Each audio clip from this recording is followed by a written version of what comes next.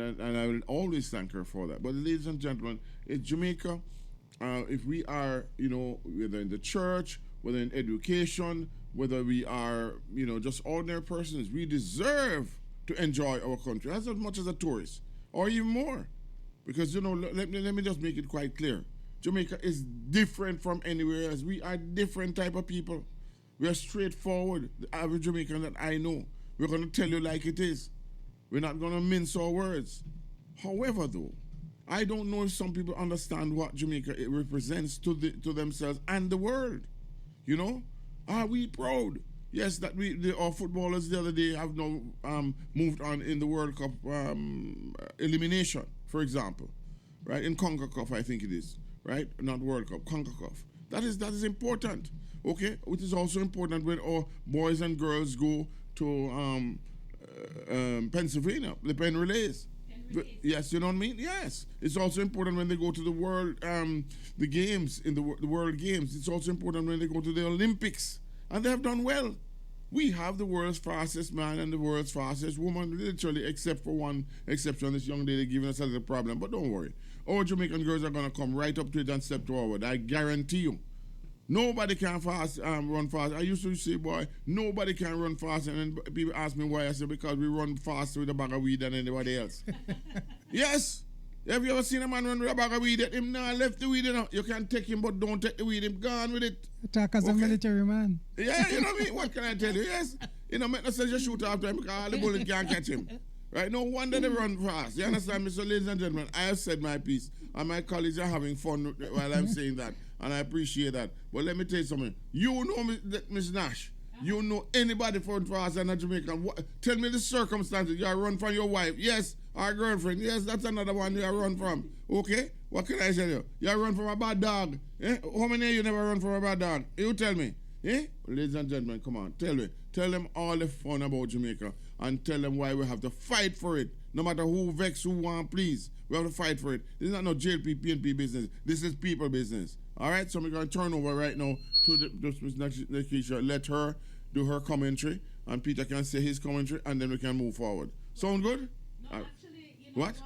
I can't hear myself. Oh, you can't hear yourself? Oh, my God, no. Okay, all right, okay. I can't hear myself, Oh, man, that is dangerous. That is dangerous. That is absolutely dangerous. Yeah, when you can't hear yourself. Well, the point I'm trying to make is this, that if we know what we are doing, then we can always fix Jamaica. Although we have problems in the studio right now, we're trying to fix it, okay?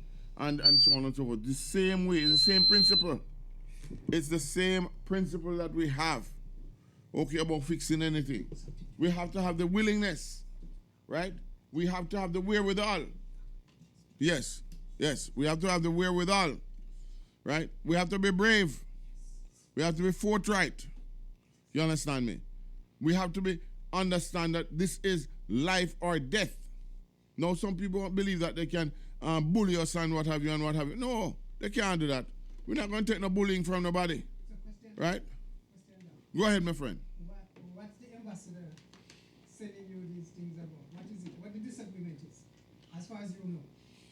Well, the disagreement is they think that we do not have the right, and they would call it standing, to say what we say and do what we do, because although we were Jamaicans, we were. They don't believe that we are. I don't believe that anybody in good sense, I don't believe that the ambassador could believe, because at least he went to school and know better. But I can understand some people who don't know better when you tell them. You see the average Jamaican, if you tell them something, it's gospel. Right? There is gospel. But so I believe, though, that people are trying to do this so that they can cause the disunity. That's the answer. So my question is, who started the organization? Which? The embassy, or what are you speaking of? The embassy or the local people? What do you mean by which organization? That you're... Oh, that I'm part... No, man, the embassy has nothing to do with that. No. We came together. First of all, you have to remember, the Jamaica Diaspora Crime Intervention and Prevention Task Force was started how many years ago now? 9 years ago, right? 9 years ago. And it was endorsed by the ambassador. It was endorsed by the ambassador, okay? Herself. So I don't know how somebody can endorse something and then all of a sudden you turn your face. And I'd love to hear from the people outside, I would like to know what you think. Any questions you have to ask, any concerns that you're having. They say they're having a biennial conference coming up. And let me make it quite clear. They are having a biennial conference coming up starting the next Sunday. And we are protesting at her place in Washington, D.C. That's the ambassador's place on the Saturday. And we're encouraging anybody in that region, Virginia, Maryland, New York, wherever. And we know that people are coming to say to them, we are not afraid to protest because we have a right to protest of our needs. My question, Doc. That organization that is... We are a member of? Yes, where the battle is. Where did it start? In Jamaica? No, it started here. It started by the Jamaican government, or it started by non-nationals? Okay, hold on. First of all... I need the root cause. I want to go to the root. Okay. The background. What has happened here is that we have the Jamaican government forming and has always had the council, what we call the Global Diaspora Council. It wasn't that all along, but it has become that, the Global Diaspora Council. And these members were selected through voted for in the diaspora in their various jurisdictions. There are 3 of them, for example, in the United States. There are 2 jurisdictions in Canada, and there are 2 in 2 or 3 in the UK.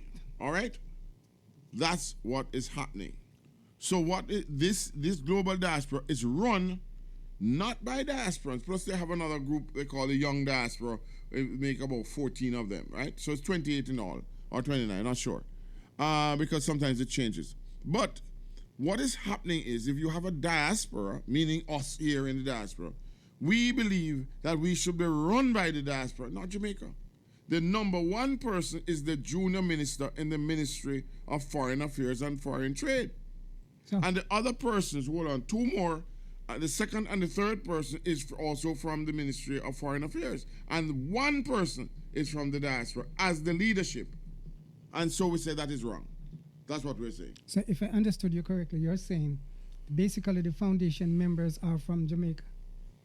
Am I understanding you correctly? They're from Jamaica originally, but they're living in the United States of America and all the other jurisdictions like Canada and the UK and wherever else. And who they choose to represent, the government of Jamaica? Or? No, the government has established the diaspora council, so to speak, to run the diaspora, yes. The government of Jamaica. That doesn't happen, by the way, anywhere else in the world. It doesn't happen in Africa, doesn't happen in Israel, doesn't happen in France, doesn't happen anywhere. But except, of course, in totalitarian regimes like, well, if you have one in from, let's say, North Korea or something like that, then, of course. So let me clarify. So if I understood you correctly, you're saying that these 3 members were set up by the government to run the organization, and thereafter any other members just come. Is that correct? Well, it's not just 3 members, it's 4 members. 4 members then. 4 members, yes. But yes, and the council is run by those 4 persons. Yes, that's basically it. So basically it's Jamaica by proxy. That's correct. Yes, that's okay. That's a good terminology. So you want to dethrone him? Exactly, yes. So we are saying, though, we should not be held, we should not be run by the Jamaican government. It should be by the diasporans, the people in the diaspora. I'm going to play devil's advocate now. Yeah, go ahead. What if we start our own organization? Well, that's exactly what we did. That's exactly what we did. And they're up in arms about that. They're up in arms because we did exactly what you just said. Formed our own organization. In fact, we have now made it official. We have now made it official because they didn't make it official all this time, So you're registered 501, yes, 501c3. That's correct. We are registered now, yes. So what is your name now? What is your new name? The Jamaica Diaspora Council. The real one. The real one. Not the artificial one. Right? We have the real logo. Not the artificial one. Not the artificial one, yes. Now, there are people out there who will disagree with you, of course, but many may have realized now. But we did our first protest against this in Miami at the embassy there, and it went very well. Of course, they called us at that time the Dirty 30. And but, of course, they recognize now that, there are 40,000 persons who had witnessed what was happening with the Dirty 30, so to speak. And now we are talking about the dirty thousands and thousands of persons. Because that first one was watched by 40 odd, nearly 50,000 persons. So, so that is what the issue. They can now not manipulate. They now cannot manipulate, they cannot manipulate the situation. Okay? So basically, as I'm looking at it, so there are two different organizations. Right. So one is called the Global Jamaica Diaspora Council. Is that you, or is that the original? Well, we just registered as a council.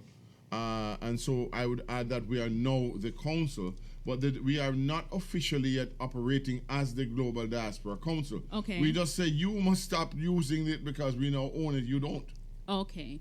Yes. So you are having a peaceful protest this weekend in D.C.? In D.C., of course, yes. What date is that?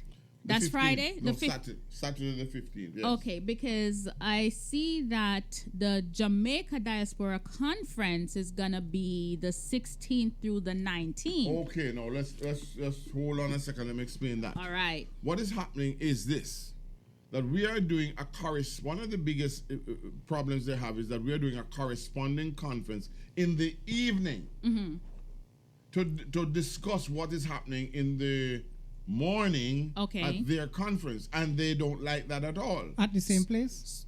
No, we are doing it electronically. We're doing it by Zoom. That's how we are doing it. Okay. So will members of the evening conference be attending the morning conference? Yes. Well, no. No, not necessarily. Not necessarily. They can if they wish. Yes. Okay.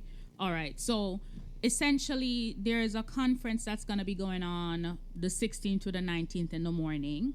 That's correct. Then the information from that morning conference will be dissected. That's correct. In the evening conference. Yes, and we're hoping that you'll be part of it too, the dissection. And that is going to be on Zoom.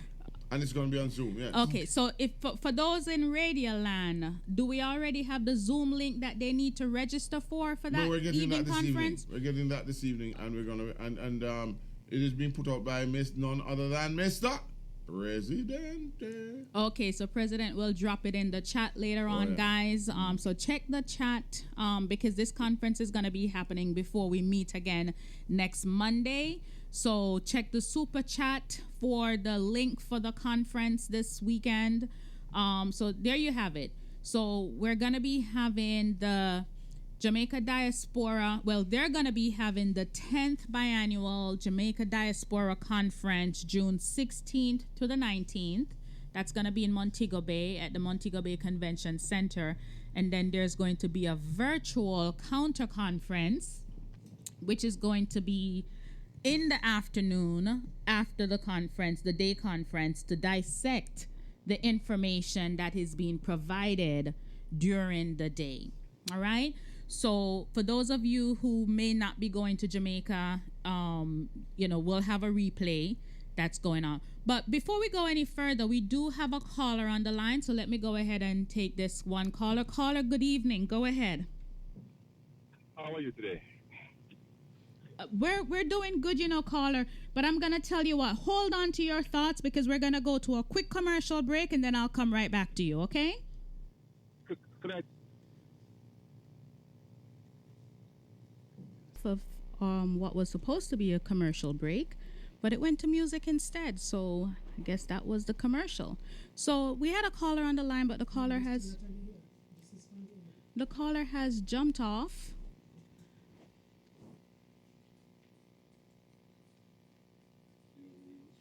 The caller has jumped off. So caller, if you want to go ahead and call us back so we can hear the question that you had, go ahead and do so.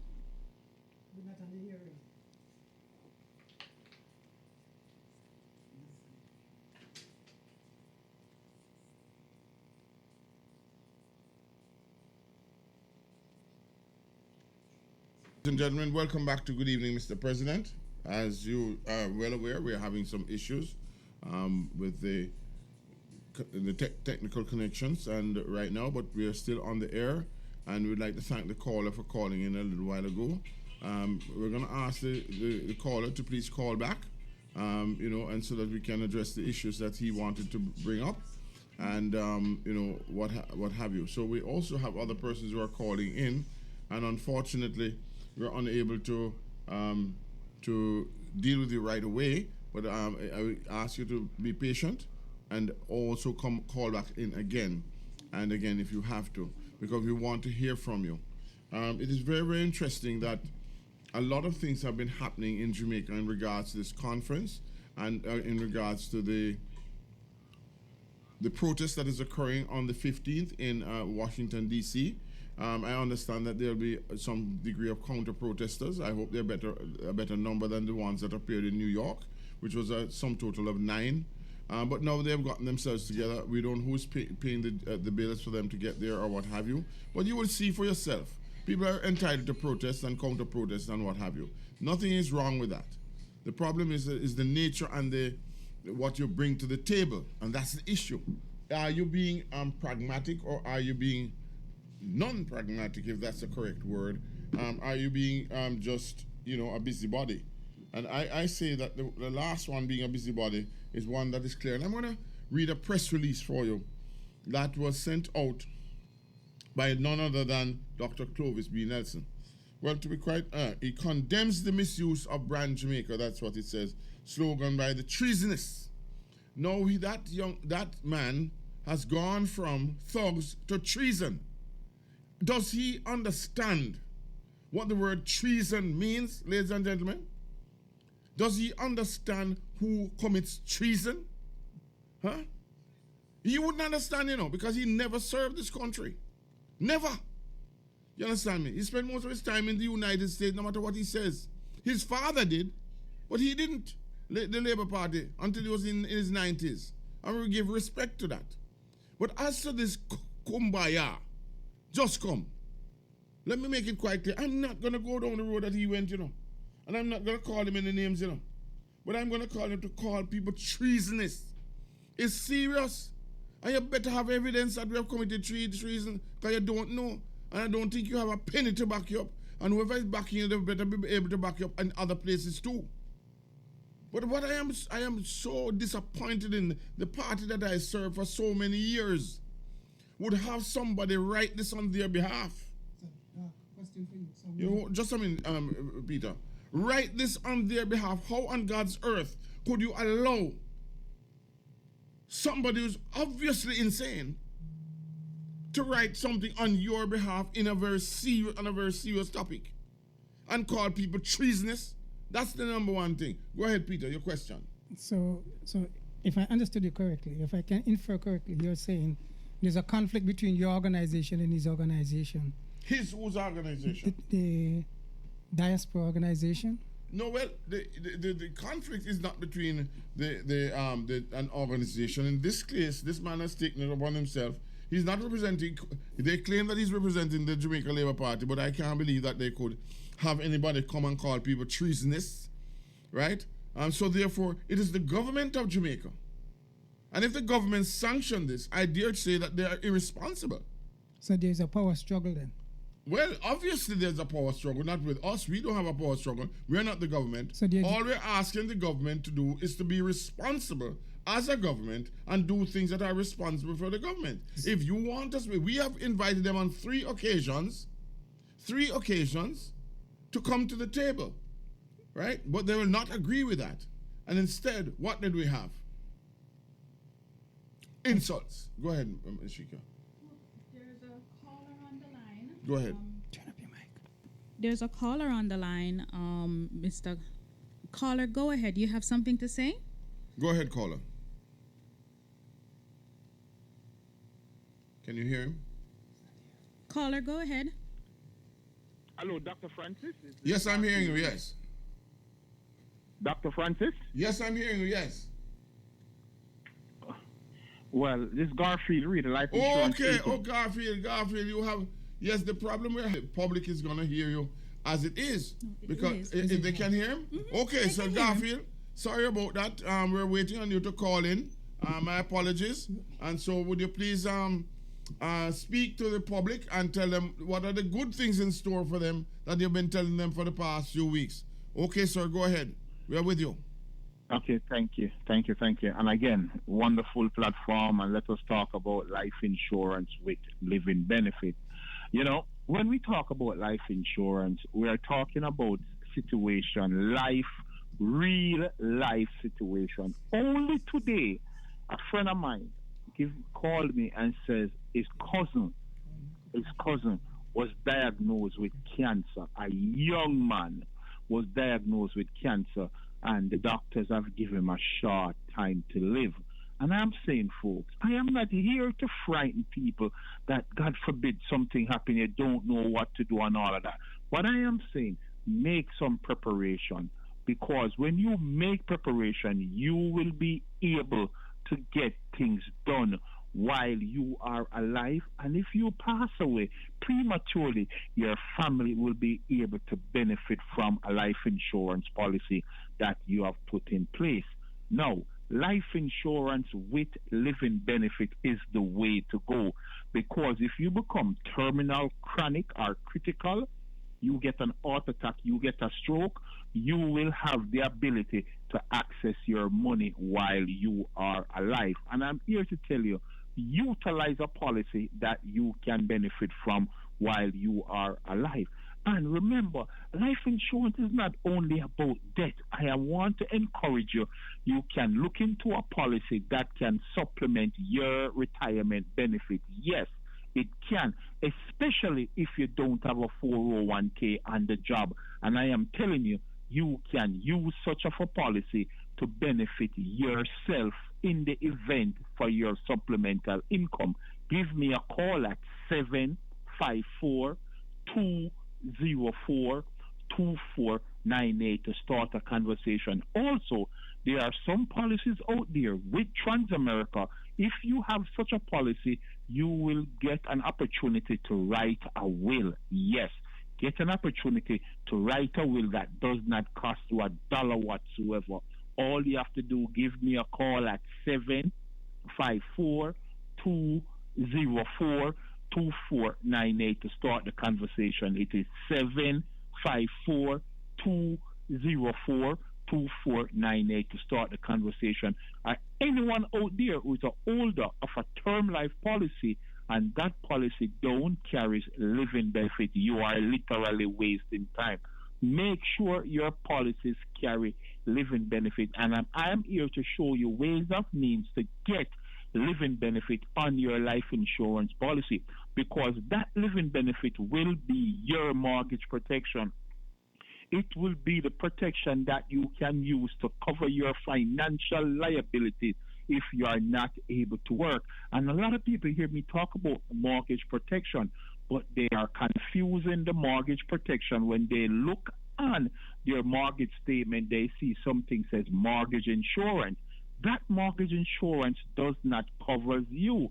No, it don't. It only covers the mortgage company. If you are getting to default and you can't make your payment, the mortgage company will always get their money, and yet still they still carry you to court to recover whatever lost mortgage out there. But remember, mortgage protection. Use mortgage protection on your life insurance policy, that if you are sick and you can't make that payment, your mortgage can be covered, sometimes 100% wiped out.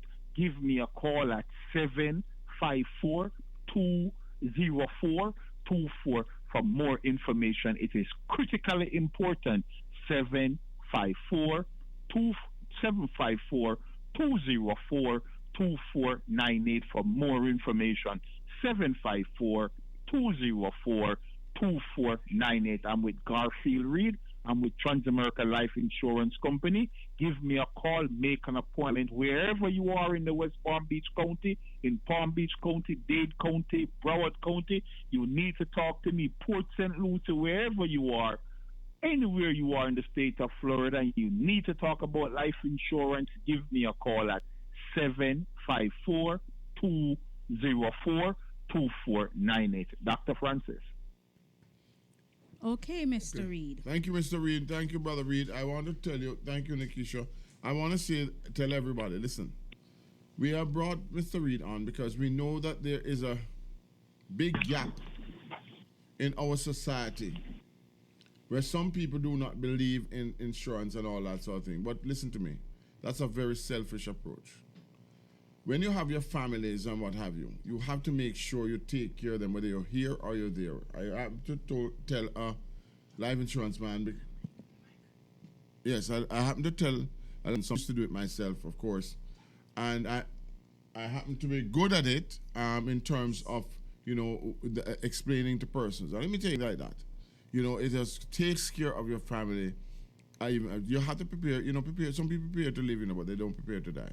And it's just one of those things that will happen, and regardless. So I'm not trying to, this evening, to make you feel bad. What I want you to do is to be happy that you have the good news, about this happening.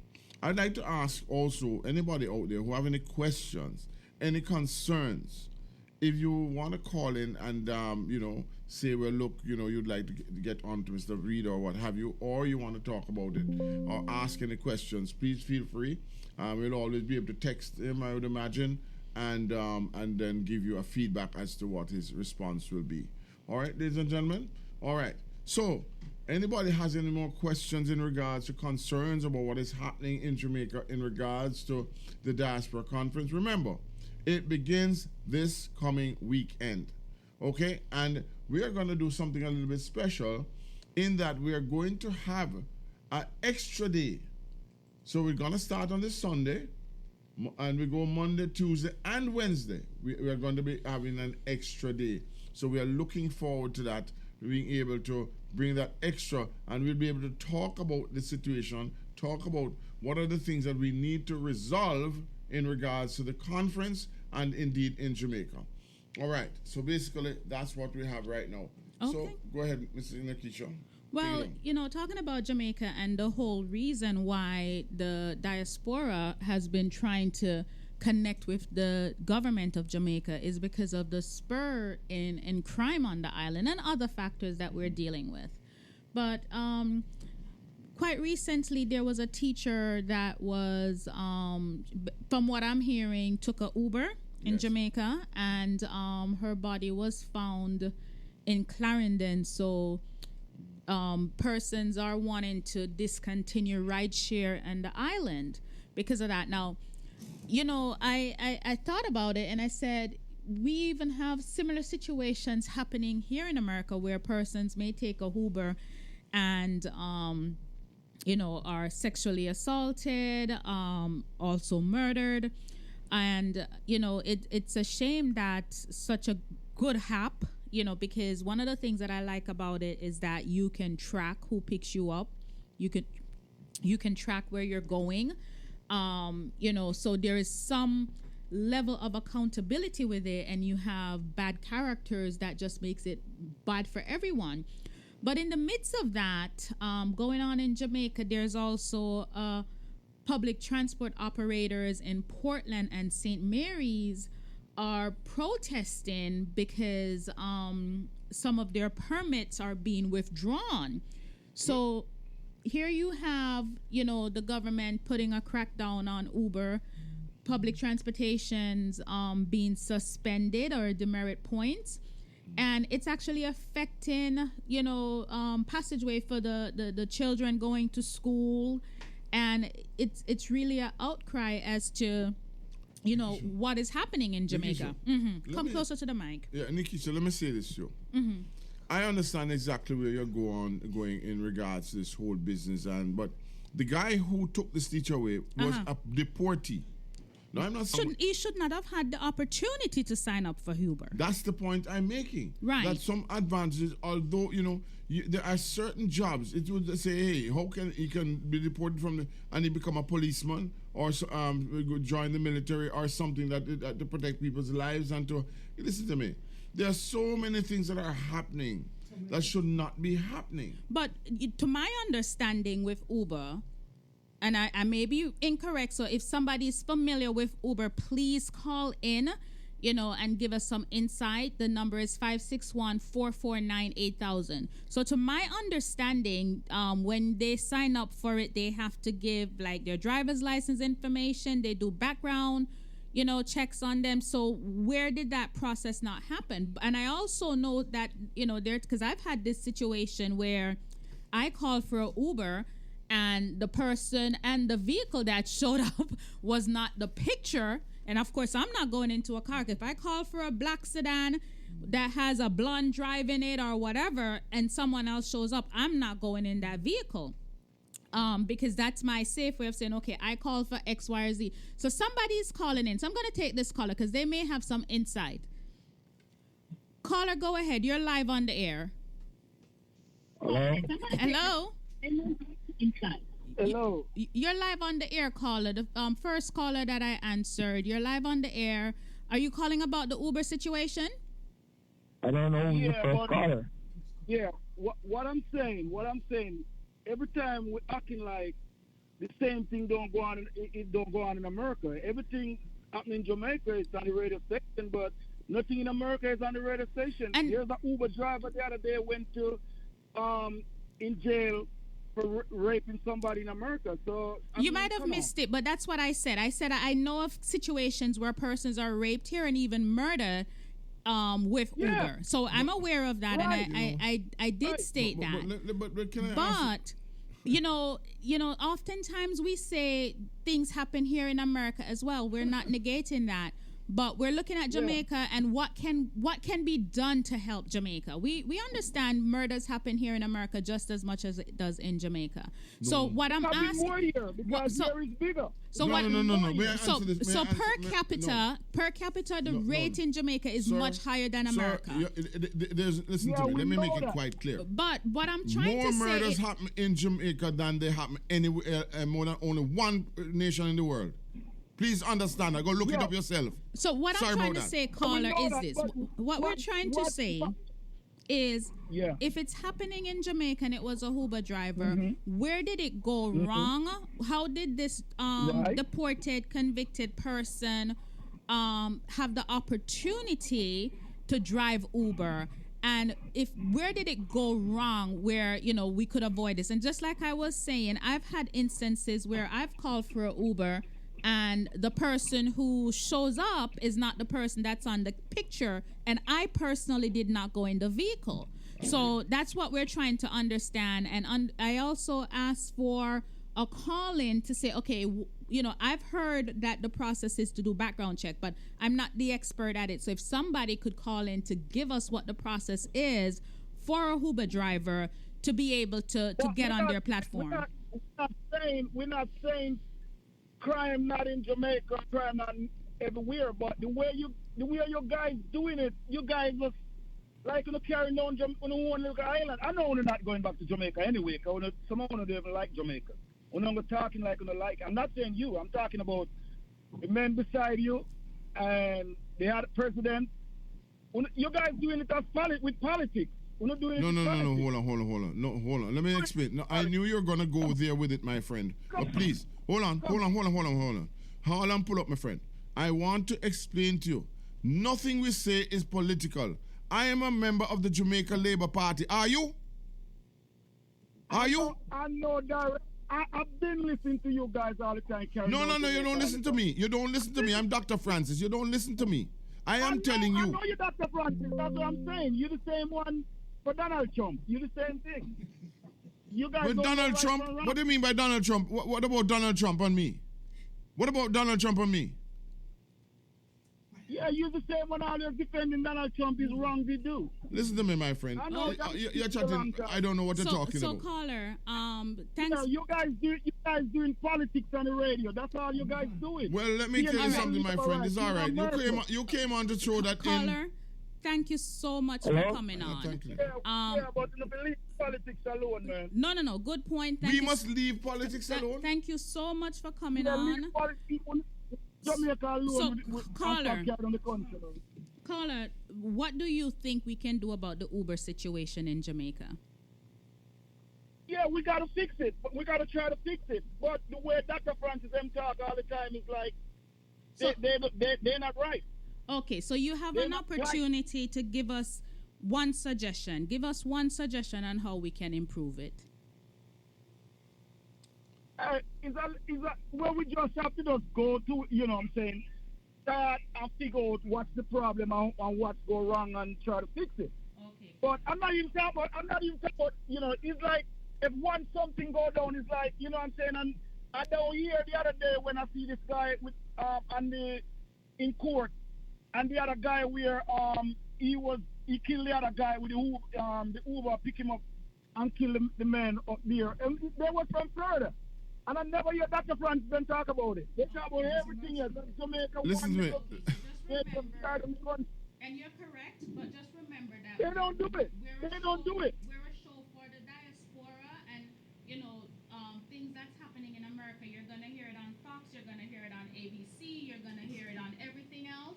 You know, part of what we're trying to do is educate people on the good, the bad, and the indifferent about Jamaica. Well, you know, Jamaica's a wonderful country. Yeah, but Dr. Francis not doing that. Okay, Dr. Francis. listen to me. Can I answer this man who is disparaging me? Listen to me.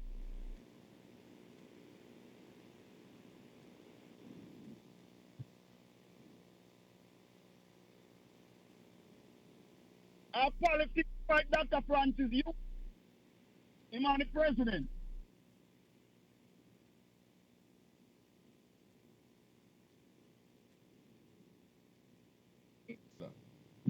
Hello, good evening. Hello, caller.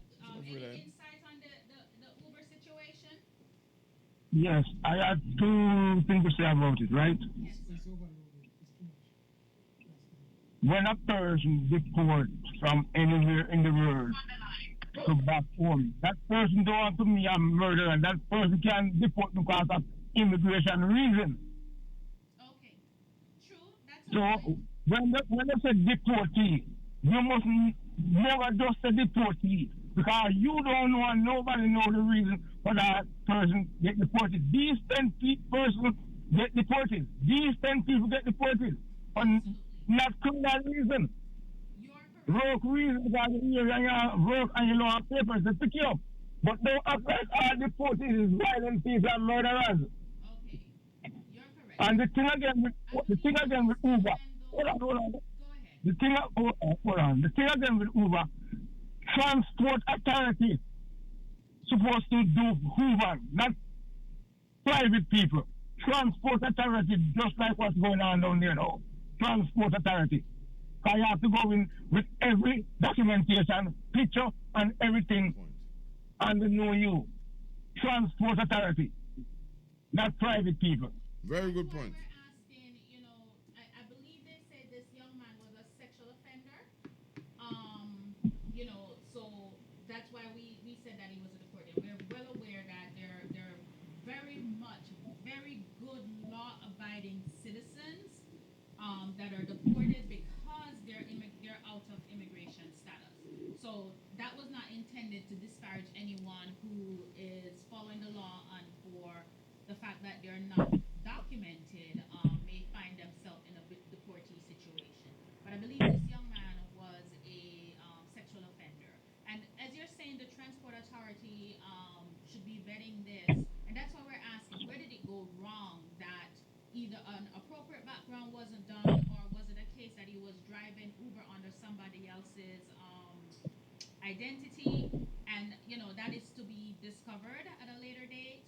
But that's why we're asking the question. And, sometimes, and if we're to be honest with ourselves, we know sometimes in Jamaica, you slip somebody a little money and you can make things happen, And again, I don't know if that's what happened. I don't know the Uber system in Jamaica. So if somebody knows it, that's why we want you to call in. Call in and explain to us how you sign up for Uber here in America and also how you do it in Jamaica. But we have another caller on the line, and we're going to go to a break and then come back and take that caller because we're almost running out of time for this segment. But, just to gear up, if you have information on how to become an Uber driver, either here or in Jamaica, give us a call, give us some insight. We want to be able to see how these things happen both here and in America, in Jamaica. How does someone, taking transportation end up being murdered or raped both here or in Jamaica?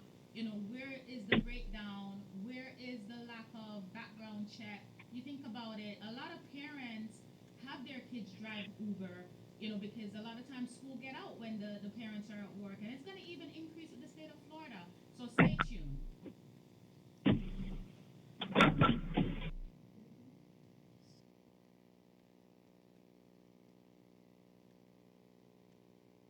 Before we went on our break, we were talking about Uber. Actually have two callers that were on the line, so I'm going to take the caller that was speaking first. Go ahead, caller. Continue with what you were trying to say to us. We're going to have the first caller that was speaking before we went on the break. Caller, go ahead. You could go ahead and tell us what you wanted to say. No, it's hello? That's yes, me? Go ahead, caller. Yes, that's you. Go ahead. Hello, good evening, Miss Nashika. Good evening, dear. Yes, so I can call from my experience because I'm an Uber driver. Okay. Okay. During my registration, I have to do a background check. My registration for my vehicle, my driver's license, the face of a picture of my face, size, whatever, and full name. So they did all background check before, within 24 to 48 hours. I got a response and they said, okay, you're ready to go. Whenever I'm doing a pickup, the person, I have to identify who I'm picking up, and the person asks, are you such and such? I said, yes, I am, and they come to my vehicle. If there's a situation that traffic holds you up during the course of your the traveling, they usually send a text to ask if you are okay or if the person is being delivered or whatever. But there are other options on the app that it's to have either family members or a dear friend of you to track your distance wherever you go. So if in case anything happens and you haven't showed up, they can know that something is wrong at a certain time. So in America here, kind of difficult for something like this to happen. But in Jamaica, I don't know, a black market. So we're not sure what's going on in Jamaica, but it was doing something for somebody, and they take the opportunity to get the bad side of them to harm someone. So, yes. So let me That's ask my input. As okay. an Uber driver, have you yourself ever been in a situation where you felt uncomfortable with a passenger? Oh yeah. And how you handle Yeah, that? Okay, so there is a link on the app where you can get in touch with customer service and let them know that you're canceling the person because you feel uncomfortable with them, they're being rude, or you're just whatever, just feel uncomfortable with the person, or you could take it upon yourself. Like me, the day that I felt uncomfortable with the person who was in the back of my car, who had assigned his phone to my car, tracking my car. And I got real Jamaican ghetto on him and tell him to get out of my car before I do what I don't want to do. So he ran. But yeah, the drivers is in jeopardy, and people who take Uber can be in jeopardy also, because people is people and evil people is out there.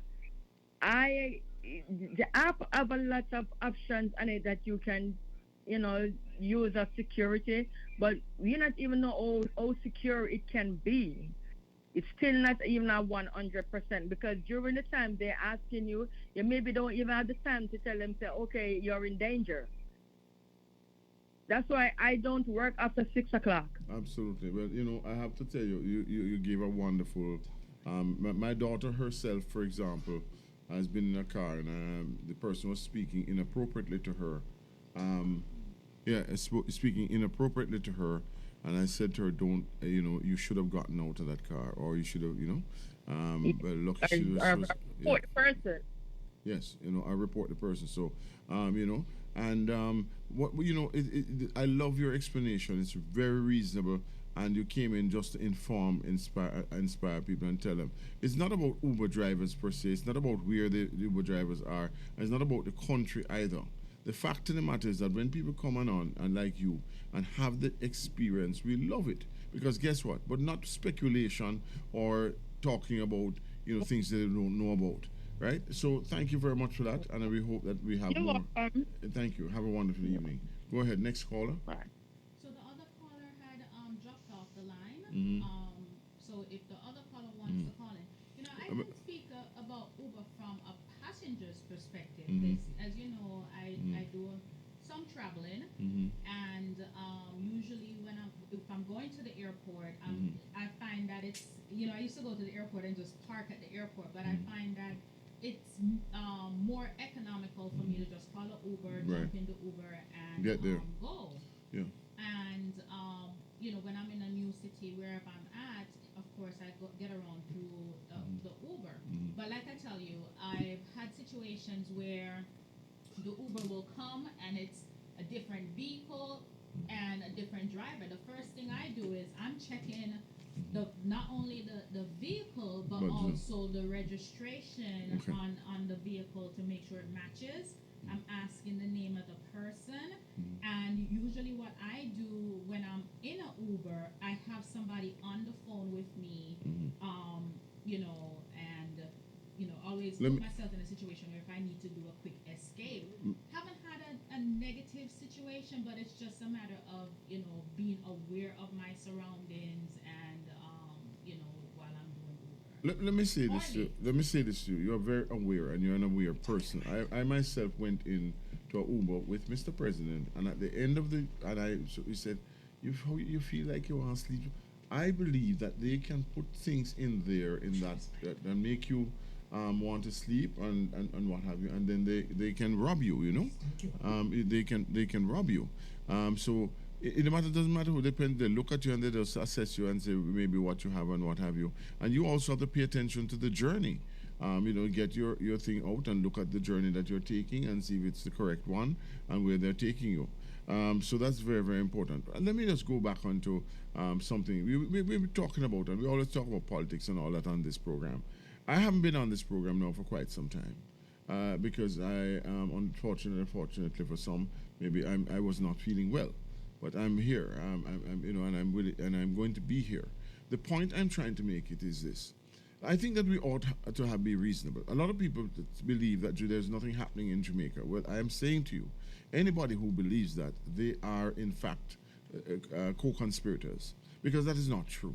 The fact of the matter is, I'm a Jamaican. I have property there. I have investment there. Okay? And I don't speak ill of my people. I speak love, and I have a lot of people who care and love for me in Jamaica. And they're not only family members.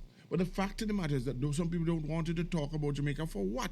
Why? Why don't we? We have children stabbing children, right? We have children pushing children till they break their neck, right? There's so much indiscipline in there. There's money gone that we don't know where it is, right?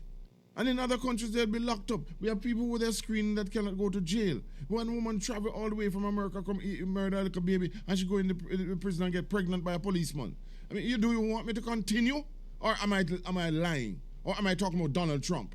I am not a Trump supporter. I do not vote for him and what have you and all that. I am, although I'm a conservative, and I'm not going to give that up. Neither for you or anybody else. Only God Almighty. Okay? So I just want to let you know out there that we are here and we are not dumb, right? We are very much aware, and we know we're here to inspire and perform and inspire everybody and here and persuade people. But not to persuade them to do wrong, to do right. We love our country. The question is, do you? That is the big question. Okay, Nakisha, your time. So, as we're talking about Uber, I just pulled up something that CNN, since the caller before said we really don't talk about crimes here in America. But according to this, CNN says that there were 998 sexual assault incidents in Uber, and then When, last year? I skipped off the year. I think it said 2022. Okay. And it says Uber received nearly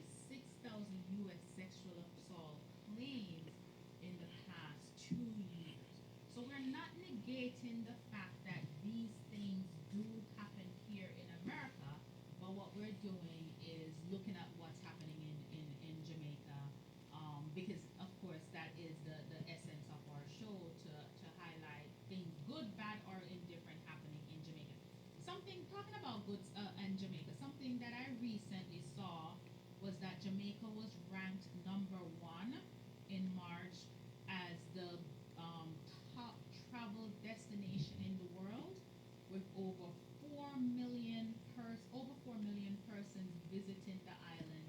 So congratulations to Jamaica and the tourist industry. And this is why we bring these things to light, because we do understand that there is a high rate of crime on the island. Tourism is our biggest industry, and we want to ensure that continues.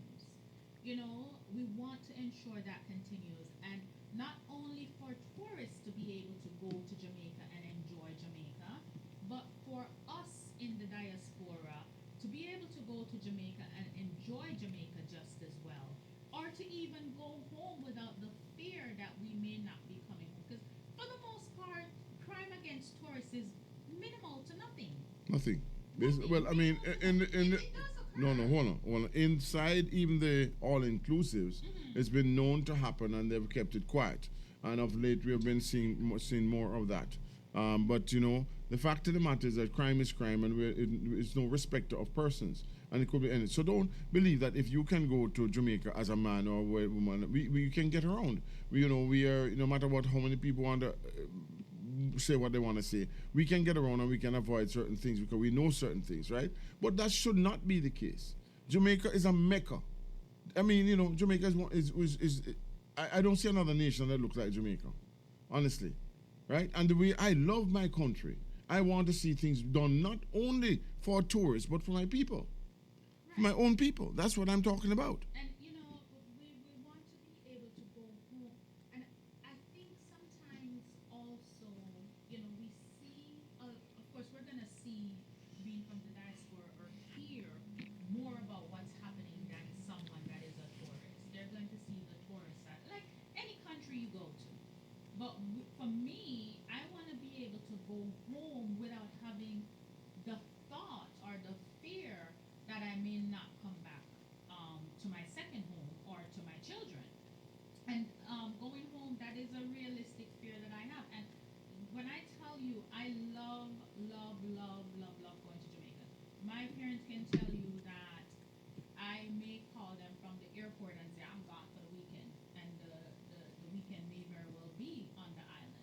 But oddly enough, I don't go home to where I'm from. I go home like a tourist because that's where I feel safe. And that saddens me, where, sometimes I'm afraid to go to where I'm from. Doesn't mean I don't love Jamaica. Doesn't mean I don't love my people. Yeah. Does not mean that I don't love my family. Yeah. But I'm not going to put myself in an unnecessary situation just because. And I don't want to have that happen. Listen to me, Nashika. I just want to say, and I hope the listeners understand this. We are, there are some people in Jamaica, a lot of them, I didn't realize this, that says that those of us who come to the United States have run away from Jamaica because we don't want to be in Jamaica and come here, and then we have the gall to criticize. Can you imagine that? Okay? We run away, and yet we send nearly $4 billion US back every year to look after our people and our business down there. Have people taken that into consideration? Okay? The fact of the matter is that somebody is feeding them this Kool-Aid.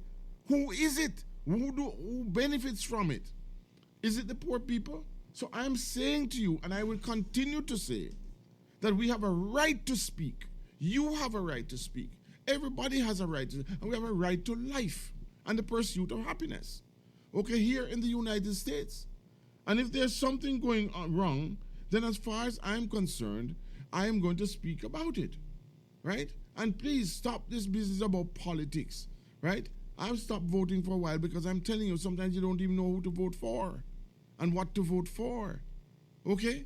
But I do believe, think about it, and I am telling you this, I've been in some weird situations, and I have a lot of folks out there, and Jamaicans, one thing I know, about anywhere you go in the world and you say you're a Jamaican, they know where you're from and they love you, regardless.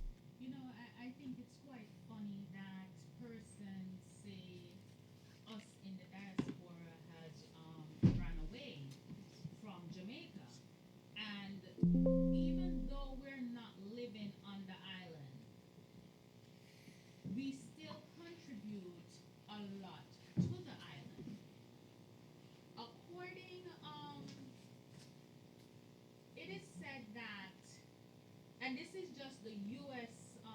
Remittance, that remittance stopped over $3 billion for the 3.5. third consecutive year in a row. Dr. Francis said it's actually 3.5 billion. Yes. So over $3 billion, $3.5 billion in remittance to Jamaica. That does not quite sound like we have run away. It sounds like we are off the island, injecting into the GDP of the island. And sometimes, you know, persons need to look at that. You know, look at the reasons why people have left. Now, according to another report, the total Jamaica GDP in 2019 was 15 billion. So if you have 15 billion and just in remittance, what the diaspora is sending home is 3 billion of that. I would say we're doing something for our country. I mean, but we would like to be in our country as well, not just send money home. We want to be there as well. Go ahead, Peter. Yeah, not to be a spoiled sport, but I don't think tourism has really done much for Jamaica. The reason why I say that, yes, the tourists is coming there, but American Express and all these credit card companies, most of those money don't even reach Jamaica. So the money that the diaspora is sending make a far better contribution than what those tourists where we see are making. Well, Excellent point. Excellent point. The fact, what can I also say again, Nashika? A lot of the hotels are not keeping the money in Jamaica. It never reached Jamaica. Right? In fact, and many of the persons who are in charge, the managers and what have you, they're getting paid in US and what have you. So let me make it quite clear for those of you who jump in for joy. The other day, we had no water in Westmoreland and Hanover, but of course, that must be politics, right? I'm God now. I didn't send no water. Yes, we're having a lot of rain right now.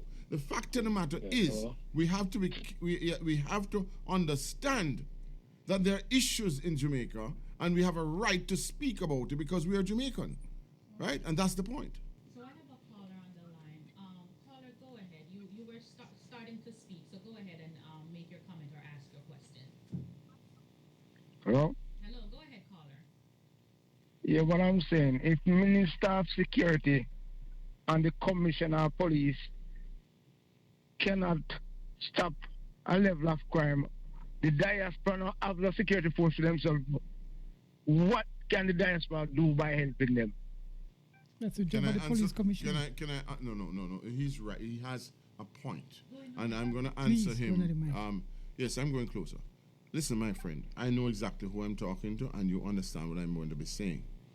We're not saying that we have all the answers, but what we're saying is that when you are sometimes away from something, you can see a solution that the person even closest to it cannot see. Correct. And let me make it quite clear, my brother, as you know, I know you know, that we brought things to Jamaica that could have reduced the crime and the violence in Jamaica, but it was not accepted. We have information to bear that out. So what I'm trying to say to you is that there is expertise. There's so many things. It's a multifaceted approach, as you know, right? You yourself told us of a situation some time ago. You think I'd forget about the carrying of the ships them coming into the harbor? May not forget that. Yeah, but look, what I'm saying, yes. All they have to say when you bring that attention to them and they neglect it, all they got to say, well, we overlook it and you guys were right. But don't try to add or ask like they need your help now. They need your expertise and they reject it. All right, let me say something in that. The way I see it over the years, contributing to high schools and doing other things, contributing to organization, they'll gladly accept your money, but they do not want your suggestion. That's my opinion over the years. I would like to ask you a question. Do you think that Jamaica should not, in fact, accept anything that from us at all. Then any advice, anything, no medical service, nothing. Is that what you're saying, my brother? You're on the call. You're on the. Me? Yes, you. Yes. I'm saying. Are you saying that Jamaica? That's what I'm saying. I'm what are you saying you saying? gave your advice, and they did accept it, but now they're asking for help. Oh yes. Yeah, that's what he- Okay. he's saying. Okay. Saying they want help, but they won't take advice. Essentially, what you've been saying, they want your money, but not your advice. Exactly the point I'm Well, making. Dr. Chang said that openly. He said it to me. If you remember, about 2 years ago. The fact of the matter is, though, my friend, that doesn't mean that we have to give up. I know your love for Jamaica and where your love is for Jamaica. But I'm saying to you, and if we do, we have to keep on trying. We cannot stop. Yeah, we're going to keep on trying, but we're going to tell them the truth. We gave advice, they didn't accept it. So we are going to try by ourselves. You want to help us, you help us. Yes. We don't want to help us, you watch us trying. Okay, good. I got you now. I got you. Thank you very much for that. All I right. hope other people understand that. One love. Thank you, caller. All right. Second caller, you could go ahead. Okay, the second caller has left the line. So essentially, what they have been saying is, we don't want your advice. We just want your money. Correct. You know, And by the tune of $3.5 billion. Correct. Nakisha, let me say something. Under the mic. You are in the business of health, right, and everything else, as far as I am concerned. Listen, man. No, it's all right. I'm hearing you this. Yeah. But one of the things I know you're particular about is mental health, and how we treat those among us that are, not treated well. Okay. Right. Now, the hospitals and mental health, there's no correlation. There's nothing. I mean, I'm not saying they're not improved. They have. But I'm saying far more could be done. And let me make it quite clear. There are many people who are willing to go down and assist in just helping to talk to these persons, bring them, give them good new modalities that they can use, which you could explain, and to assist them in going forward. Listen, you see what happened with the children and the big hullabaloo with the children out there, right? People, if they allowed us to go down to speak to these populations and to use our tactics that we use in other jurisdictions, not necessarily the USA and what have you, and talk to them and talk to the teachers and get communities to come together. We have a great example in the case of Dean Roden, right? Under the reggae tree, you know that. This guy has gone into communities and made a difference. We can do it. But Dr. Francis, Okay? Yes, go ahead. that like Lions Club, another community club, we know that is only 0.001% give back. Yeah, no. But not in our case. If you were to count up the amount of money that go to Jamaica, and not only that, the goods and services and the what they call it, the medical going to Jamaica, you'll be surprised. We have a lot of medical missions going to Jamaica. We should be in a better state. Okay, so what they're doing with it? You know what I mean? Hold on, I heard yesterday, I just want to tell you this one. The Maroons got 50,000 US to assist the Maroons. And up to now, they don't get it. They have not gotten a penny. Who got the grant? They got the grant, yes. The government got the grant and hold on to the grant. And it's for the Maroons. How can you do something like that? It's not the first. Okay, it's not politics. It's reality. You're too craven. So, where mental health is concerned in Jamaica, and this is purely my opinion, I think society, and things are changing.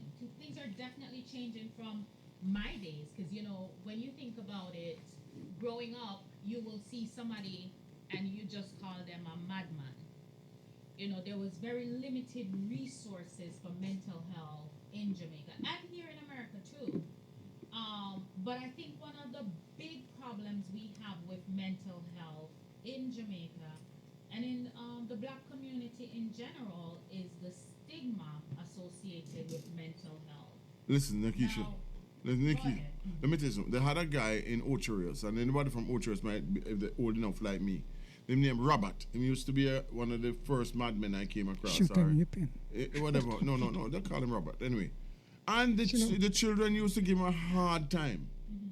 But I used to not be part of it. I walked by myself, and I said, "Hi, Robert." And every time I said that, he smiled. You know, and you know, I didn't know what I was doing, but now I know that if you're kind to people, even though they may be in the most desperate of situations, they might just be kind back. Okay, but what I was trying to say is with the stigma, Yes. because a lot of people, one, we don't have enough practitioners for mental health on the island. One of my friend is now a psychiatrist, and well, he's been. And I remember him listening to a forum with him over the Caribbean about maybe 10 years ago, and that's what he spoke about, the limited amount of professionals that is actually practicing mental health. We also have the stigma associated with it, where persons who could have just gotten easy treatment, easy medication, and be able to live functional lives because family members do not want to associate or do not want to be stigmatized as having that going on in the family, don't get the persons the assistance they need. And it's not only something that's happening in Jamaica, we've carried it also within the diaspora, where persons may need mental health treatment, just for simple stuff, depression, anxiety, that had those things been addressed, would not have to bubble into major mental illnesses. And I think stigma is a main reason that mental health is not being addressed the way it should in Jamaica. And because of the stigma, it's not being funded the way it should in Jamaica. But, so, go ahead. Yes, Nikisha. I don't want, but I want there are other things as well too. I got a call from the University of the West Indies about a burn unit. They don't have one on the island at all. For any burns, the person just would have to die or come out of the island. And the second thing is one for I don't want to call it parts, human, like livers and what have you. There's nothing like that there. Let me say this, ladies and gentlemen. It is time we stop making excuses for a modern country. Jamaica is a metropolis. Jamaica is beautiful. But you must understand that even in the most beautiful countries, there are things that need to be done, including, as Nikisha just said, mental health and other such things. Okay? The children and the way they are being not being taken care of, early childhood education. There are things that we need. Is it a criticism? Yes, you may say it is. But no, it's also an observation, and there's a difference. Nikisha's view of what and her friend's view are two independent views. And I think that if I were like them and I was in Jamaica and in charge, I would say I would listen to them at least and try to see if we could get some best practices. Over to you, Nikisha. So we have a caller that's on the line, but we're running on to our quick break. So caller, I'm gonna let you hang on while we go through the break, unless you want to hang up and call back after. Yeah, I want to wait. Because this subject is very important. Absolutely. So just hold on for us, caller, because we're gonna be okay. In about 3, 4, 2 seconds. All right. Yeah. Well, it doesn't seem like it's gonna go to break. So there you go, caller. Go ahead. What's your input? Yeah, Dr. Francis, I wanted to answer me. Yes. Mm-hmm. I'm going to answer. We need to plan an organization and give it a name towards the island, and we as a body can sit down and throw every little Jews together and plan and help what we see need to be done. Yeah. Talking on the radio now will solve the problem. We need to sit down and form a group, a meeting once a month or whatever, and come together and make some plans and what we can do here to the things that we are doing down here. We do it. Okay. All right. Let me say this to you. You are totally correct. And we have been on this before, you and I, but we have. I beg your pardon? Yeah. Oh, it's on the ad. Hold on, my friend. We have to wait until after the ad. Hold on a second.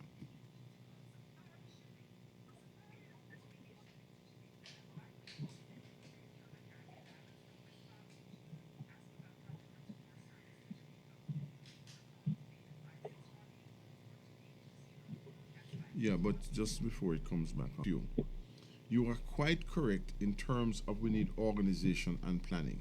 We do have a couple organizations. We have people individually that are working on certain things, but it's not individual. When I say individual, I mean companies and corporate. We ourselves have, we know that Mr. President has the Free Spirit organization that is working as well. That's one. We started what is called the Jamaica Diaspora Foundation, and it's going to be a multifaceted approach. And let me explain. We are going to have, for example, an area for sports, an area for education, an area for mental health, diseases, specific diseases, and things that are trending in Jamaica. We're going to have, in terms of education, I don't know if I said that before, we're going to also have areas to speak with the police and building communities, similar to what Dean Roden has done. And if you've never Googled it for me, Under the Reggae Tree, in fact, that was assisted in its setup by the Jamaica Diaspora Crime Intervention and Prevention Task Force, which I run. And I'm saying to you, it has done tremendously well. He just came back from Jamaica. And in those areas, my friend, the children are all going to school, and it's a community-led thing. It's not political. And they're going to school, and they are doing tremendously well. And we get support from England, Canada, all over. And we are going to expand that and try to expand it throughout Jamaica. Now, if you come to listen to our presentations at the diaspora, after the diaspora thing in Jamaica, on Sunday, Monday, Tuesday, Wednesday, you will hear of these things, because that's what we are putting on our group called the Call to Action group. And so I just want to say that I have to try to let people understand that this is not political, for heaven's sake, okay? As I said before, and I'm not ashamed of it, I've been a Labourite for over 40 years, okay? And I love the Labour Party. But at the same time, let me just finish this one thought, please. If I can tell you, if my children, I have children, I love my children, but if they go wrong, I have to correct them. That's my view. Anyway, your time, sir. Yeah. Hello? He's going to talk. Let him talk first. Go ahead, caller. I have to run down district in Jamaica. I've heard I get no resources from the diaspora. We not talk about town, and we talk about run down district in parishes. Okay.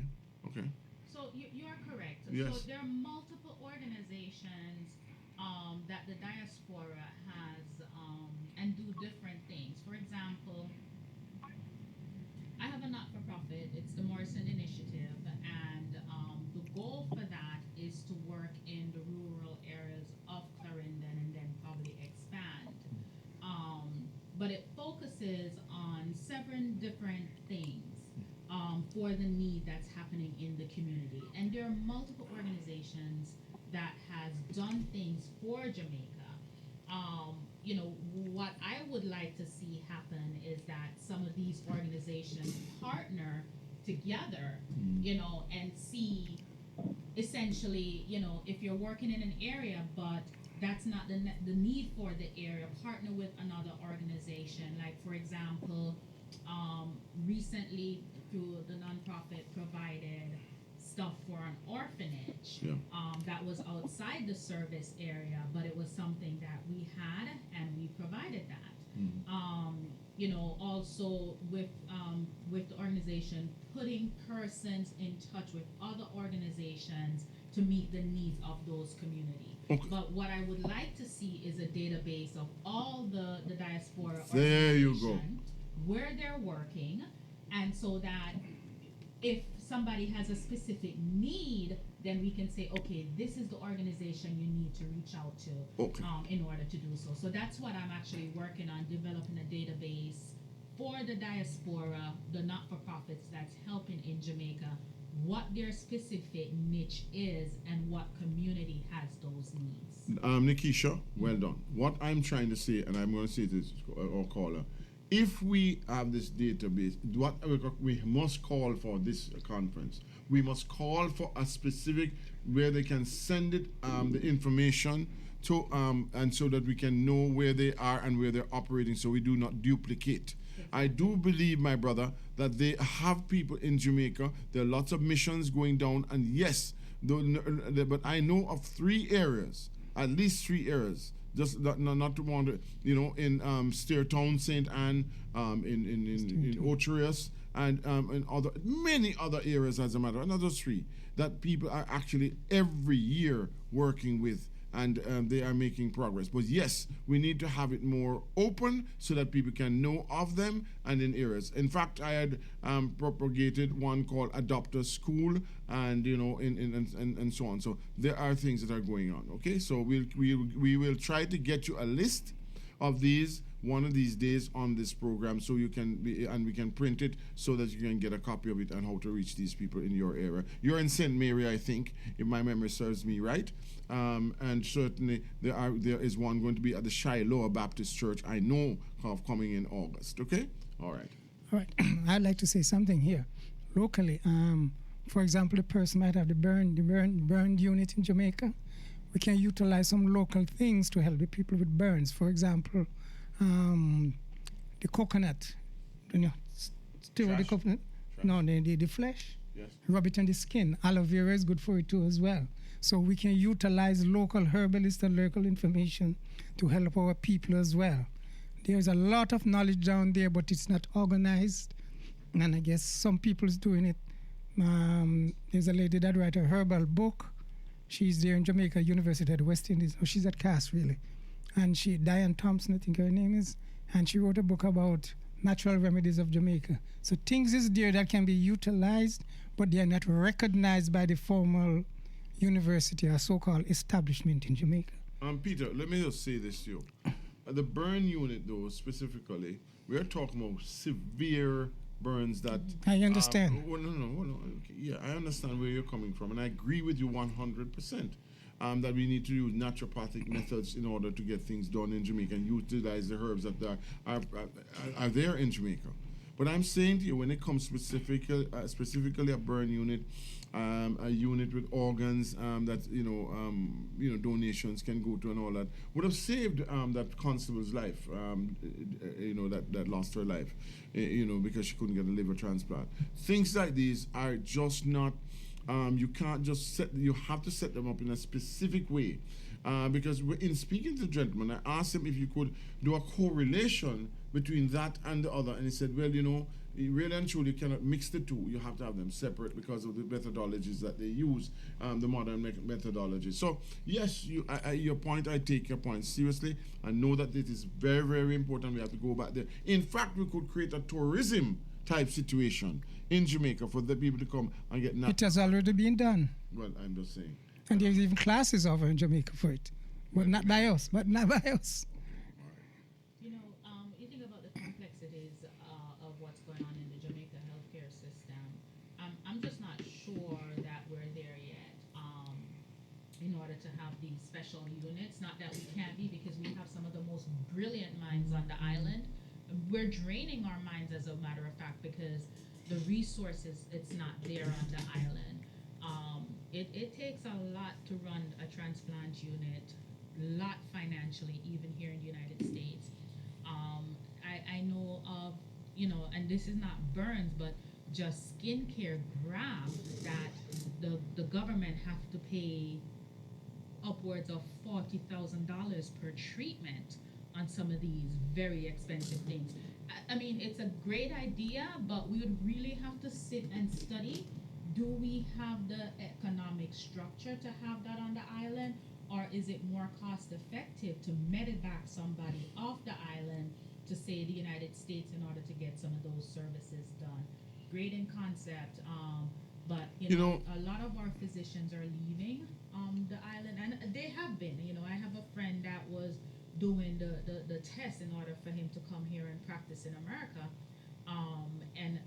and they're leaving, one, because they don't have the resources on the island, and it's not only Jamaica. A lot of the LMIC countries are having that same issue with the brain drain, the same issue what's happening with the nurses, the same issues with the teachers. They don't have this economic structure to support them, to pay them what they could be making in a country like the United States, United Kingdom, or Canada. and then they don't have the equipment and the technology to perform to the level of their skill, so they go to places where they can have that done. So these are some of the factors that's also affecting, our healthcare system, in addition to the corruption of the healthcare system in Jamaica. But we have to look at it as a whole. My looking at it, and I could be completely wrong. I always welcome someone saying that I'm incorrect and we're ready for it. But I just don't think Jamaica, the healthcare system, is ready for a standalone unit like that. Those different types of standalone unit. I mean, we do have a population of just under 3 million. You think about the cost of doing that treatment, and you weigh it against medevacing somebody out when we have those one-off situations, and that may be why we don't have. Okay, that. Can I ask you a question? Sure. Medevacing somebody out, who bears that cost? Well, so that's where we need to have a catchment in our health system, because if you don't have the family that have the money. All right. So in other words, you're dead. You're dead. So that's what I'm saying. The government probably needs to look at, rather than having the unit there, because those are quite expensive ventures. Okay, I understand. And it may be less expensive on the government. Yes. To operate that. But my view is, if a politician gets burned, absolutely. If a tourist gets burned, right, fine. The point I'm trying to make, though. We talk about equality in America, but we know a big man have the money, so I'm the boss. What I'm trying to say to you is this: we cannot afford to live in anybody's shadow, or in anybody's goodness. What we have to do is we have to try to be self-sufficient. I am told that they have the wherewithal, they have the space and what have you, and I think it would be more efficient that if they had a unit there. That's what I'm told, based upon. I'm getting the study. It was supposed to be sent to me. I asked for the study. I haven't gotten it yet. But we have to grow and go. And, I am saying to you that one of the callers said, you in many societies and areas in Jamaica, is not serviced by the the people don't get and if they, by the time they reach a hospital, it's gone.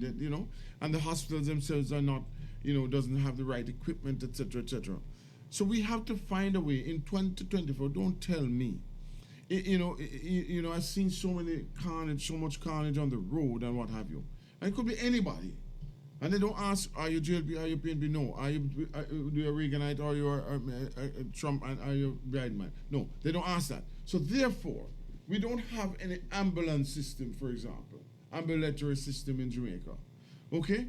And it bothers me that, we're getting some of these things and we're even turning it back. And am I knocking Jamaica? No. That's not what I'm saying. If you are there and you can get immediate treatment, it is better than treatment later on, because they tried to take a young lady who was in a car accident to Miami and she didn't make it. Okay, so the immediacy of the treatment is also very important. Okay, so I just want you to understand that that we need to find a way to do what we are doing in an efficient way, in a modern way. And yes, there are problems. Yes, there are deficiencies. But I do believe that we have the ability to circumvent that. So, they were talking about revamping a burn unit at Yui, and we're trying to raise funds to revamp it. Revamp means to cancel, to No. To enhance a unit that we have. Oh, okay. No, that was last year that they did that. But like I said, it's one thing to build something, but it's another thing to operationalize it. And as you guys know, I'm an operator. That is my I'm in healthcare, but I'm on the operations side of healthcare.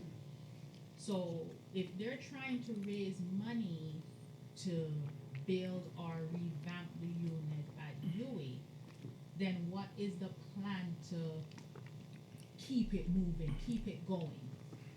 So it says that it is proposed that they need $260 million to complete the expansion of a unit where victims of severe burns often seek assistance overseas to receive treatment,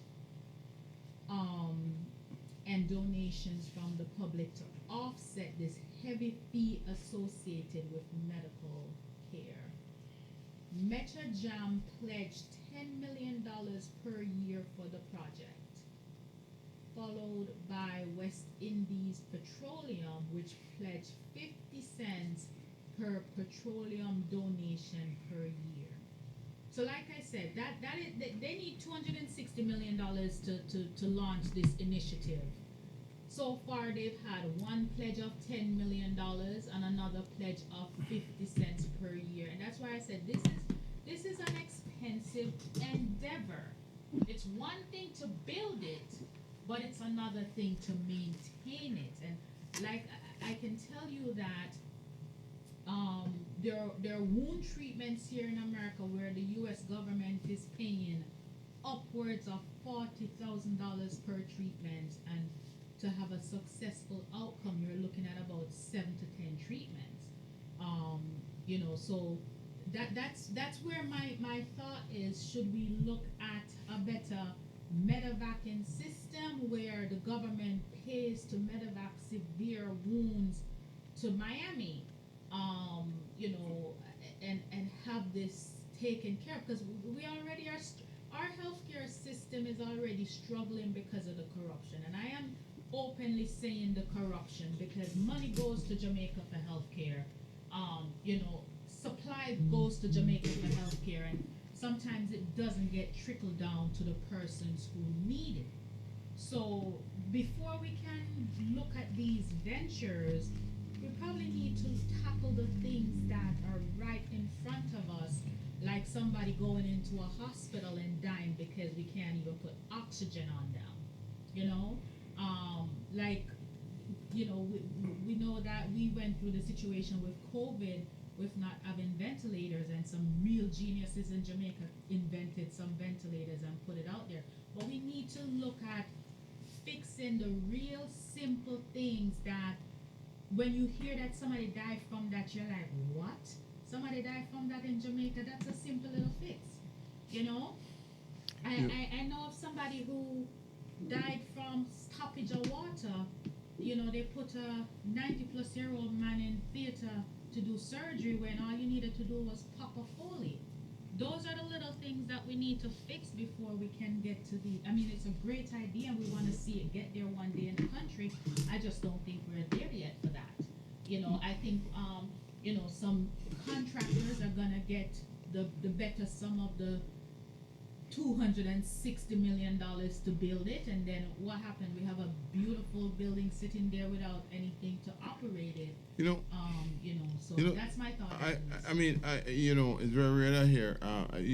Let me tell you something. I think that if we were to expand our horizons, and we go to the right places, and we developed as we move along, go bit by bit, I do believe that we will be able to achieve quite more. I do believe that, as one of the callers said, how many persons out there, how many groups out there, and there are hundreds of groups, but everybody is operating individually, not collectively. And that's a big problem, right? We have to find a way to come together, work together, and develop as we move forward. And if we do that, I think we'd have less challenges and more opportunities as we move forward. And that's my view. Honestly, I can't say it anymore. But we have to also focus on our children, the young people, because that's where the brains and the brawn come in, right? Because they are the next generation. They are the ones in the schools. Yes, I see some opportunities are created in many schools out there, and Hard Trust. And yes, But the fact of the matter is there's still a gap between services, what is being provided, funding, and what have you.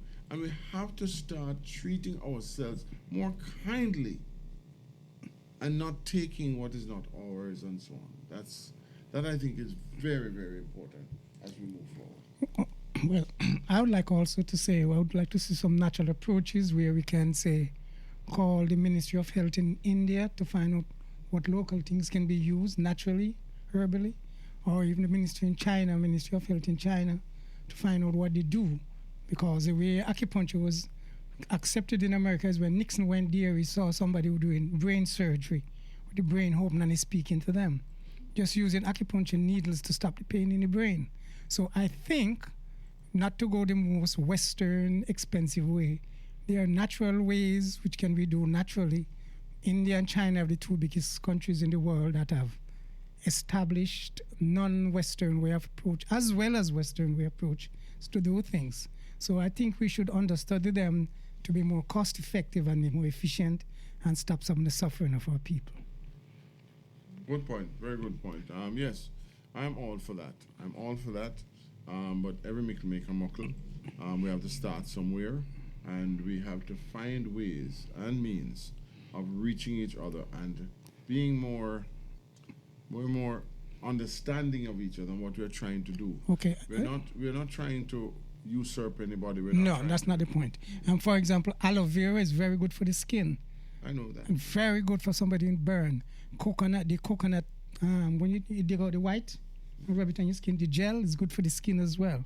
There are a number of things that could be utilized both from the university and locally where we could formalize it and have people trained as herbalists to help. Acupuncture can help if you know where to touch on the hands and the feet, can deaden or stop the pain at certain places. It can help you, so we could relieve a lot of pain if you know where to touch and been trained in it formally. Okay, so there you have it. All the herbal remedies that can be done, and as Dr. Francis says, every mickle make a muckle, one pork a full basket. So the best remedy we have for our body is food, ladies and gentlemen. Yes. The food we eat. And as you know, mothers and fathers out there, when summertime comes, the kids eat the house down. Mm-hmm. So just so you're aware, several Palm Beach County schools will be providing summer lunch programs. I've dropped in the super chat the link for the location of the different schools that will be providing summer lunch. You can just bring your children under the age of 18 to these sites and get daily lunches for them. Additionally, on Fridays, you can get lunch for Saturday and Sunday. So there should be, a lot of us send our children to school, and a lot of us, for whatever reasons, that's where they get their main meal of the day. So Palm Beach County will continue to provide meals for our children up to the age of 18 during the summer. These meals run different days, but right now all the sites have been open. Some started on the 3rd, but the rest of them started today. There is one school that's starting on the 12th. That's North Palm Library site. So some of the libraries also have meals that you can go to. So I did drop it in the super chat, all the locations for the meal site. On SupaJamz Radio. On SupaJamz Radio. So if you go on the SupaJamz app and go into the super chat, you will see the different meal sites that you can go and make sure. So you don't have to worry that your kids won't have anything to eat. Additionally, on June the 22nd, starting at 7 a.m., there is going to be a 3rd annual summer food drive. So if you're over the age of 18, and you really don't have to be, you can have children, but you can go and pick up food for your home. It's going to be free. They have 3 locations, so that's June 22nd. The first location is in West Palm Beach. It's going to be at the University Preparatory Academy. That's at 2101 North Australian Avenue. Then there's a location in Belglade at And Park, H-A-N-D Park, at 500 West Canal Street. That's in Belglade. And the third location will be in Delray Beach at Pompey Park at 1101 Northwest 2nd Street in Delray. So you can call. Well, we're also accepting volunteers. If you want to volunteer, there's a number to call, 561-833-1261. But you don't have to volunteer to get food. Just show up. The food will be there until the food runs out.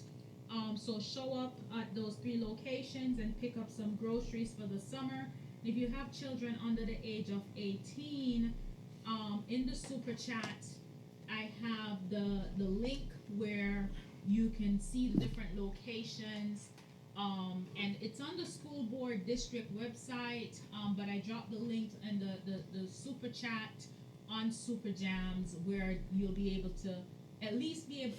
Listen, I know my son was home last week, and thank God he went to camp today, because he ate. Let me tell you, it was cheaper for me to pay to send the boy to camp than it was to feed him. So I'm like, you going to camp, you ain't staying home, because these kids can eat.